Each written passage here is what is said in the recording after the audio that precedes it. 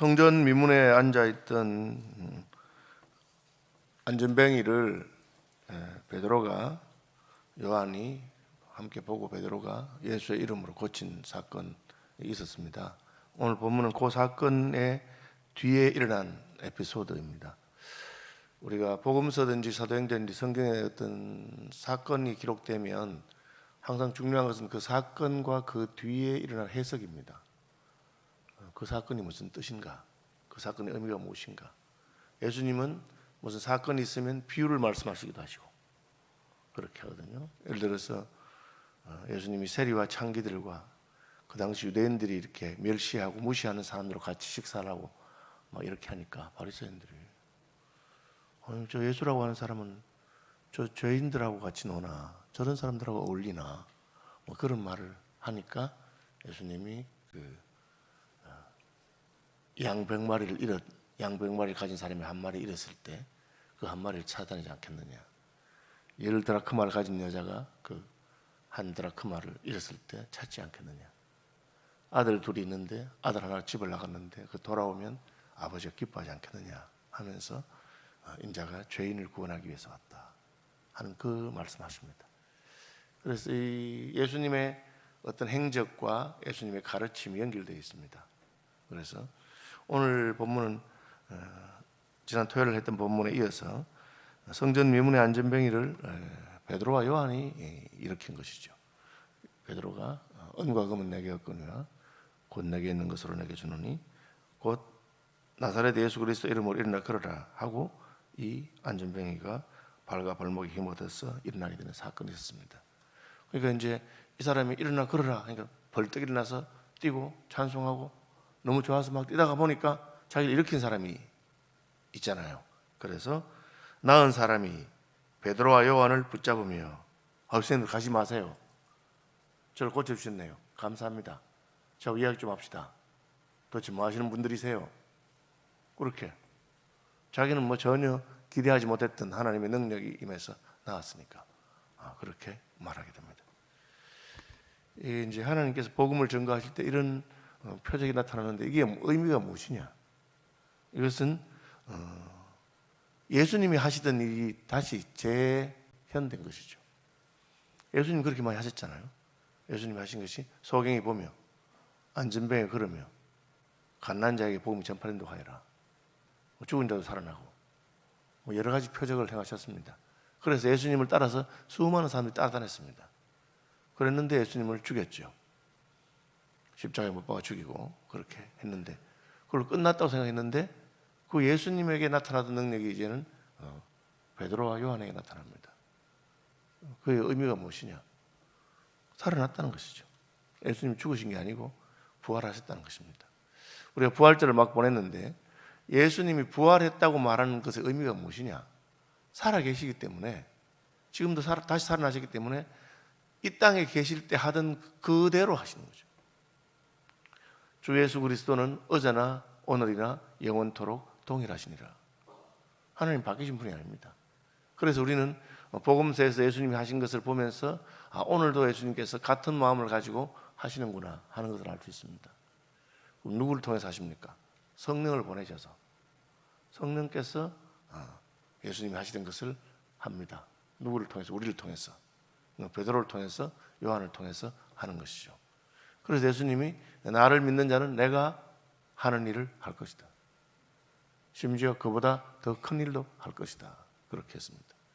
더 큰 일도 하신다는 말은 구원사적으로 예수님이 십자가에 죽었다가 부활하셨기 때문에 사탄의 권세를 깨뜨리셨기 때문에 이제는 그것을 대항할 것이 없고 더 많은 사람들에게 예수님은 이스라엘 땅을 떠난 적이 없잖아요. 그냥 예루살렘과 갈릴리와 거기만 사역하셨습니다. 그렇지만 제자들은 온 세상을 가서 그렇게 하게 되는 그런 일이 있습니다.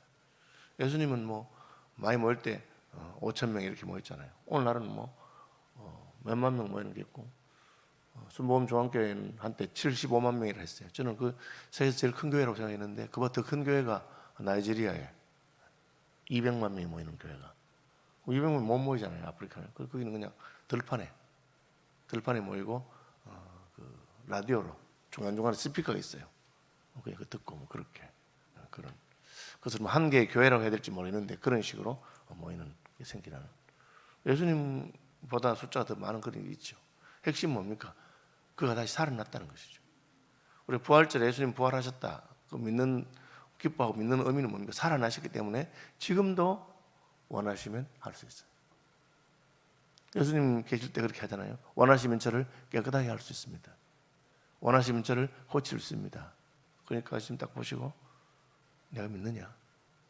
그래, 내 믿음대로 될 것이다. 그렇게 말씀하시죠. 베드로와 요한을 붙들고 또 모든 백성이 놀라며 달려나와 솔로몬 행각, 이 행각은 이제 기둥하고 지붕만 있는 거, 벽은 없는 그런 거죠. 행각에 모이거늘 베드로가 이것을 보고 백성에게 말하되, 이스라엘 사람들아, 이 일을 왜 놀랍게 여기느냐? 놀랍잖아요. 근데 놀랄 게 없다고 말합니다. 우리 개인의 권능과 경건으로 이 사람을 걷게 한 것처럼 왜 우리를 주목하느냐? 사실 베드로가 자기의 능력을 해서 놀라운 것이죠. 새로운 능력이 나타났으니까. 그렇죠? 그런데 베드로의 개인 능력을 한 게 아니에요. 그것은 예수님이 하신 것이죠. 그분이 부활하셨어. 예수님이 살아계실 때 늘 하던 거 아니냐? 그렇게 말하는 겁니다. 혹시 토요일 새벽에 이제 제가 그 이야기 해주다가 말하는 그 고연계 집회 때 그 젊은 중동부 담당 목사가 막 안수해서 막 잡아뜨리고 하는데, 제가 안 자빠지는 사람들, 안 자빠지잖아요. 그래서 제가 그 마지막 전에 가서 그 안 자빠지는 사람만 붙들고 다 이렇게 기도하니까 다 자빠졌어. 왜 그런 일이 있었을까? 그리고 이제 제가 한 건 이겁니다. 가서 안 자빠지는 분들 붙들고 제가 기도해 줬어요. 뭐라고? 그러고 한마디 하고, 집사님, 마음에 두려워할 필요도 없고 그냥 하나님께서 하신 대로 가만히 맡기세요. 하나님께서 하시니까. 그분들이 안 자빠진 이유는 뭐냐? 마음에 거부감이 있어서 그래요. 우리 뭐 자기 중동부 담당 목사가 막 안수라고 자빠지는데, 애들은 자빠지고 막 입신도 하고 하는데, 저게 뭐 맞는 건지 틀린 건지 확신이 없는 거예요. 그죠? 그러니까 이게 뭐 마음에 거부감이 있는데 무슨 역사가 있겠어요? 하나님은 인격적인 분입니다. 하나님 우리가 싫어하는 것을 억지로 시키려고 하는 그런 분이 아닙니다. 제가 그 얘기를 해준 거예요. 그냥 교회 대고, 집사님 마음 편하게 가지시고 그냥 하나님께 다 맡기고 하나님께서 하시는 대로, 그게 바로 다 자빠지더라고. 뭐 저도 그렇게 되려고 생각은 안 해요. 그냥. 그래서 그때 우리가 우리는 성경 말씀대로 믿는 사람들이잖아요. 그러나 또 성령께서 오늘도 살아계시 역사하시잖아요. 그럼 성령 역사에 대해서 경험하기 힘든 사람들, 저 같은 사람들, 목사 신학교 공부해서, 저는 처음에 그 방언하는 사람들 볼 때 굉장히 싫었어요. 왜? 그냥 좀 시끄럽고 다른 사람 기도하는데 방해되고, 그러고 막 그다음 이렇게 하니까 싫었어요. 그리고 뭐 그분들이 평소에 또 이제 도덕적이나 윤리적으로 또 인품이나 이런 게 좀 괜찮으면 좋은데 뭐 힘들고 그런 분들이 참 많아요. 살아오는 게. 제가 이제 나중에 이제 뭐 목사가 된 지 수년이 지나서 그런 은사 체험을 해보고 하니까 지금은 다 이해할 수 있어요. 그 마음에 애틋함과 간절함이 있는 거예요. 그러니까 그걸 하나님 앞에 가서 부르짖지 않고 견디지 못해요. 요즘 우리 젊은 사람은 통성기도 잘 안 하잖아요. 우리 앞에 세대들은 기도원에 가서 목이 터지라고 외쳤습니다. 왜? 우리나라 대한민국이 힘든 나라예요. 그때 옛날만 해도 먹고 살기도 어렵고 자식들은 많이 낳았고 그냥 재산도 없고 그런 시대에 주님 앞에 가서 밤새도록 부르짖고 그냥 울고 그래야 마음이 좀 시원하고, 우리를 그 신학대학원에서 가르쳐 주셨던 그 박성복 교수님, 우리 노예 계시다 돌아가셨죠. 그분이 그러시더라고. 유학 갔다 오신 분이잖아요. 서양 사람들이 우리 마음을 어떻게 알겠냐? 우리 속에 있는 이 한이라든지 그 애통은 모른다는 거예요. 여러분, 안 아파본 사람들은 의사가 불치병인데 못 난다 할 때 그거의 마음을 모릅니다. 그 아무도 도와줄 사람이 없는 거예요. 그러면 기도가 애절해집니다. 그럼 부르짖게 되죠. 어쨌든 하나님 인격적인 분인데 그렇게 하면 또 하나님 그렇게 역사하시는 게 있어요. 시대마다 다 다른데 어쨌든 베드로는 놀랄 거 뭐 있냐? 예수님이 하던 걸 내가 그냥 한 거다. 왜? 그분이 살아나셨어요. 그분이 살아났어요. 예수님 눈에 안 보여도 할 수 있죠. 예수님께서 백부장의 하인을 고쳐주러 가는데 백부장이 사람 보내서 예수님 오지 마이소. 오실 거 뭐 있습니까? 귀찮게. 그냥 거기서 말씀만 하시면 되는데요. 그 예수님이 깜짝 놀라면서 내가 이스라엘 중에도 이런 믿음 못 봤다. 믿음의 사람이구나. 예수님이 공간에 제한이 없어요. 하면 되는 거죠. 그걸 지금 보여준 겁니다. 지금 예수님은 부활하셔서 하나님 보좌 우편에 앉아 계시지만 살아 계시기 때문에 우리가 예수님의 이름으로 하면 되는 거예요. 그런데 그 이름이 우리 이름도 아닌데 마음대로 할 수 있습니까? 그 권세를 주신 거예요. 예수의 이름을 우리가 사용할 수 있도록. 그럼 예수의 이름으로 기도한다는 건 어떤 뜻이 있는가? 그것은 이것이 예수님의 뜻인 줄 알고 하는 거죠. 예를 들면 저희 서울 시민교회에 직인이 있어요. 도장이. 그걸 누가 가지고 있느냐? 우리 사무실에 있는 간사님이 보관하고 있어요. 그럼 제가 무슨 출장 가든지 해도 도장찍을 있으면은 간사님이 제게 물어봐요. 목사님 이런 무슨 추천서 해라는데 어디 또 무슨 해야 되는데 뭐 그죠? 그러면 가서 떼우면 되는 거예요. 제가 바쁘면 인감 같은 것도 대신 가서 띄워요. 제 뭡니까 대신 띄운다는 거 그런 거 찍어가지고 가면은 그래. 이번에도 우리 그 자동차 폐차한다고 대신 가서 한 거예요. 그럼 제 도장인데 마음대로 씁니다. 왜? 제가 그것을 맡겼기 때문에 그렇죠. 그러면 그 도장 가지고 있다가 그냥 내 의도와 관계없이 그렇게 쓰면 되겠습니까? 그러면 안 됩니다. 자기 가지고 있어도 그건 불법이고 그렇게 되면은 이제 처벌을 받게 되죠. 우리도 마찬가지입니다. 우리가 예수를 믿는 순간에 예수님께서 우리에게 예수의 이름에 권세를 주셨어요. 그러니까 우리가 예수님께서 원하신 것이 무엇일까? 주님께서 뜻하신 바가 무엇일까? 그걸 생각하고 믿고 하면은 하나님 역사가 나타나요. 21세기도 마찬가지입니다. 지금도 저는 그런 걸 하는 거 많이 봤어요. 그 책에도 보고 데이비드 듀플레시스라고 하는 그 남아프리카 목사님이시죠. 이분은 백인인데 어릴 때 흑인들하고 같이 자랐어요. 자기 아버지나 그분들이 그런 남녀 차별에 관한 흑백 차별에 관한 없어가지고 어릴 때 흑인교회 가 자랐는데 자기가 이제 흑인교회 다니고 백인교회 다녔는데 보니까 차이가 뭐냐면 백인교회는 기적이 안 나타나. 흑인교회는 기적이 자꾸 나타나. 그 자기가 왜 백인교회는 안 나타날까? 백인들은 공부를 많이 한 사람들이고 주로 그러니까 이게 뭐 성경에 나타나는 기적에 대해서 약간 마음속에서부터 거부하는 게 있어요.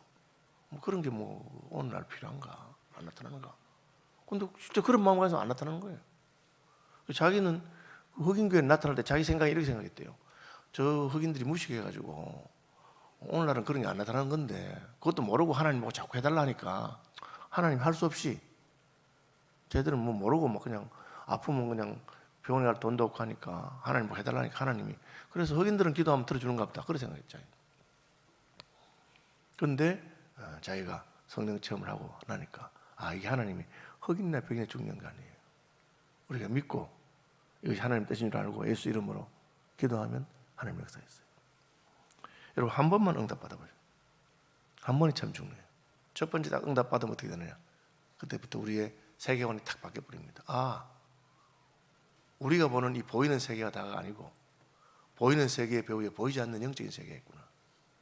그리고 하나님께서는 이 세계만 아니라 보이지 않는 세계도 관할하시는 분이고 역사하실 수 있구나. 왜요? 그럼 목사님 뭐 기도하기만 병이 다 낫고 뭐 하면 다 된다는 뜻입니까? 그걸 모르죠. 그 하나님 뜻에 달린 겁니다. 그런데 우리는 원하시면 하실 수 있는 걸 알죠. 주님 원하시면 할 수 있는 걸 압니다. 하나님은 우리보다 지혜가 높기 때문에 어떨 때는 아무리 기도해도 안 들어주는 것처럼 그럴 때도 있어요. 그때는 우리가 계속 기도하면 돼요. 하나님 더 기도하기를 원하시는 것처럼. 더 기도했는데 안 들을 때 있어요. 하나님 왜 안 들어주느냐? 그럼 하나님께서 내 은혜가 내게 족하다. 그건 내가 안 들어주는 게 내한테 더 유익하다. 그렇게 말씀하실 때도 있어요. 그러나 들어줄 때도 있어요. 우리는 뭐 하나님 뜻을 구하면서 기도하는 것이죠. 그리고 때로는 하나님께서 예수의 이름으로 기도하기도 하십니다. 바로 그럼 바로 역사가 나타났다. 그건 저는 다 모르겠어요. 그런데 하시더라고요. 아주 믿음이 좋은 분들이 있어요. 제가 영국에서 학교 3개를 졸업했는데 3개를 공부했는데 마지막에 공부했던 학교는 그 학장님이 세계적인 부흥사예요. 100만 명, 150만 명만으로 집회하시는 분이에요. 브라질 같은 데서 40일 동안 집회하면 저녁에 대중 집회하고 그 다음날 오전에는 목회자들 모아놓고 강의하고 40일 하고 나면은 트럭에 휠체어하고 그 목발이 한 차씩 안전에 일어나는 역사이고 그런 분이에요. 그래서 저는 왜 그분은 되는데 우리는 잘 안 될까? 제가 그 밑에 배우면서. 근데 가까이 보니까 그분은 흔들리지 않는 믿음이 있어요. 딱 주님께서 원하시면 오늘도 하실 수 있다. 그렇게 기도하고. 제가 그 학교에 갔는데 학생이 6명인가요? 학생이 6명에 선생님 5명이 그런데 그 중에 한 명은 나면서부터 전신마비. 그걸 뭐라고 하는지 모르겠는데 몸이 이렇게 틀어져서 누워서 일어나지 못하는 애였어요. 인도 여자가 영국 남자하고 결혼했는데 이 딸을 낳고 나서 영국 남자가 이 여자와 딸을 버렸어요. 딸이 장애인이라고. 그러니까 그 장애인을 데리고 있는 엄마가 그 애를 키우는 게 얼마나 힘들겠습니까? 그렇게 허먹고 살고 그렇게 하다가 이제 이 아이를 이 신학교에다 맡긴 거예요. 신학교에다가. 근데 그 학장님이 걔를 그냥 맡았어요. 근데 기도를 늘 하셨겠잖아요. 근데 뭐 한 번 기도해가 안 났는지 그냥 제가 만났을 때는 걸어 다녔어요. 걸어 다니는 자세가 좀 틀어져 있고 말을 직접 못하기 때문에 기계를 가지고 이렇게 기계에 타이프 치면 그게 소리가 나오는 그렇게 말하더라고. 그래서 제가 다른 친구들 보고 쟤는 어디가 아프나? 쟤는 왜 저렇게 다니나니까 저보다 오래 다녔던 친구 말하기를 굉장히 좋아진 거라고. 제가 처음 올 때는 잘 일어나지도 못했대요. 누워 있었대요. 그런데 우리 학장님은 계속 걔만 보면 기도하시는. 일어나라 하면서 기도하고 기도하는데 제가 공부할 무렵에는 그만큼 나았어요. 여러분 이게 이제 저는 그때 그분이 닥터 피터 감몽이라고 하는 분인데 굉장한 믿음의 사람인 것 같습니다. 야, 그분은 한 번 기도해서 안 되면 2번 하는 분이고 2번 해서 안 되면 100번 하고 안 되면 날마다 기도하고. 그런데 우리가 서서히 낳는 건 표시가 잘 모르는데 어느 날 보니까 얘가 처음 들어왔을 때는 누워서 꼼짝도 못했던 애인데 일어나요. 저희들과 같이 전도하러 다녔다니까요. 전도하러. 그래서 뭐 그거는 말을 못하기 때문에 자기 이렇게 조그마한 기계인데 거기다가 쳐서 그럼 딱 누르면 예수 믿으세요. 뭐 이렇게. 그럴 때도 비틀비틀하면서 그렇게. 다시 돌아가 봅시다. 이게 우리 개인의 권능과 경건으로 한 게 아니에요. 그 일을 하는 겁니다. 성경 봐라. 메시아께서 하신 것이고 그분이 오셨다 가셨다. 지금도 살아계신다. 그런데 그분은 우리가 조정하는 분이 아니기 때문에 내가 원하는 방식으로 내가 원하는 그렇게 하는 건 아니에요. 하나님 어떨 때는 막 바로 그 자리에서 일어나기도 하시고. 제가 전에 그 불국교에 있을 때 얘기해 줬잖아요. 우리 이채원 목사 아토피 걸려가지고 저 교육자 하다가 기도했는데 그 자리에서 바로 나왔어요. 저는 왜 바로 나왔는지 몰라. 그 다음에 이제 그 김성식 박성숙 집사인가 부부인데 그 애 데리고 와서 고쳐라. 안 났더라고. 기도했는데. 그래서 한 주간 내내 기도하고 다음 주에 또 기도하고 또 나왔어요. 저는 그 차이를 모르겠어요. 왜 그 이채원 목사는 그때 강도사 때인데 한 번 기도하니 하나님 바로 고치고 또 이 집안 애는 내가 2주간에 걸쳐서 했는지 한 달에도 안 나는 사람이 있을 수도 있고 모르겠어요. 그러나 분명한 것은 예수님 부활하셨고 오늘날도 병 고치는 것뿐 아니고 우리의 모든 문제에 대해서 능력 있는 분이십니다. 그런데 우리가 그것을 믿고 기도하고 하나님께 나가면 이제 약간 그 마음에 기도할 때 이 차이가 있어요. 마음에 하나님이 하시는가. 이거는 여러분 해보시면 느껴져요. 해보면. 저도 기도하면서 하나님 인도를 받잖아요. 그럼 하나님께서 서울시민교회 가라고 하는지 안 하라고 하는지 혹은 무슨 이번에 이 일은 어떻게 하라고 하는지. 그죠? 어제 이제 다음에 제가 그 총회 긴급 구호단장이잖아요. 근데 다른 교회들은 다 헌금하는데 우리 교회도 헌금해야 되잖아요. 근데 하나님은 그냥 가만히 있으라 하는 것 같더라고. 그래서 제가 당에 말 안 했어요. 그냥 가만히 있었어요. 근데 이제 어제 당에 하니까 우리 장로님들이 목사님이 총회 긴급 구호단장을 하는데 우리도 헌금 한번 해야 안 되겠습니까? 그래 합시다. 그래서 근데 헌금 마감이 어제까지 마감이야. 그래서 우리 교회에서 그냥 먼저 2천만 원 보내고 우리 교인들이 헌금해서 뭐 더 오면 뭐 더 보내드리고 모자라면 우리 교회가 보태자. 그래서 보냈어요. 제가 속으로 우리 이제 제가 내일 이제 긴급 구호단 모여가지고 그동안 헌금한 거 얼마 더니 한 4억쯤 들었다 그래요. 많이 들었죠. 그랬었는데 근데 뭐 위원장 교회는 자기 교회는 헌금도 안 하고 뭐 그렇게 할 뻔했는데 다 하나님 알아서 하시더라고요. 근데 그게 우리가 여러분 기도하고 있으면 이제 처음에는 그렇게 분명하지 않지만 여러분 그 무슨 깨달음이 있어요. 그리고 어느 순간에는 아주 담대하게 예수 이름으로 나음을 입을지어다. 하나님께 낫게 하시면 좋겠어요. 여러분 뭐 그건 저도 여러분도 주님과 동행하면서 이 길을 가면서 배우고 있는 거니까 한번 해보세요. 자기의 고통이든지 문제든지. 그러면 기도가 굉장히 애절합니다. 하나님께서 지금 내게 역사하셔야 되는 거니까. 그죠? 그러면은 우리 믿음의 진보도 있고 어떤 것은 하나님께서 자기 영광을 위해서 표적과 기사를 보이기도 하시고 또 어떤 것은 기다리기도 하시고 분명한 것은 예수님이 부활하셔서 지금도 살아계신다는 겁니다. 주기도문 하겠습니다. 하늘에 계신 우리 아버지, 아버지의 이름을 거룩하게 하시며 아버지의 나라가 오게 하시며 아버지의 뜻이 하늘에서와 같이 땅에서도 이루어지게 하소서. 오늘 우리에게 일용할 양식을 주시고 우리가 우리에게 잘못한 사람들을 용서하여 준 것 같이 우리 죄를 용서하여 주시고 우리를 시험에 빠지지 않게 하시고 악에서 구하소서. 나라와 권능과 영광이 영원히 아버지의 것입니다. 아멘.